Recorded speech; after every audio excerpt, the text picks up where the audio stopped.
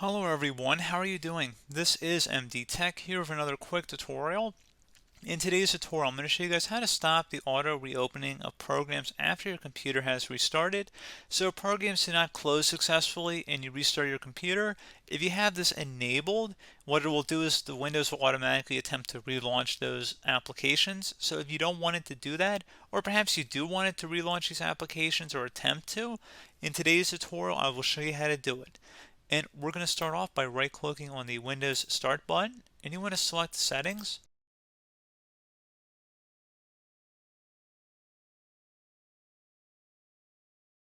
You want to select the Accounts tile on the left side, and then on the right side you want to select Sign-in Options. So go ahead and left-click on that.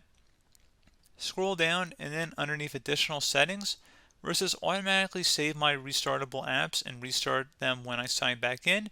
If you want to enable that, turn it on. Otherwise, toggle it to the off position. And that's pretty much it. So pretty straightforward process here, guys. Do hope that I was able to help you out, and I do look forward to catching you all in the next tutorial. Goodbye.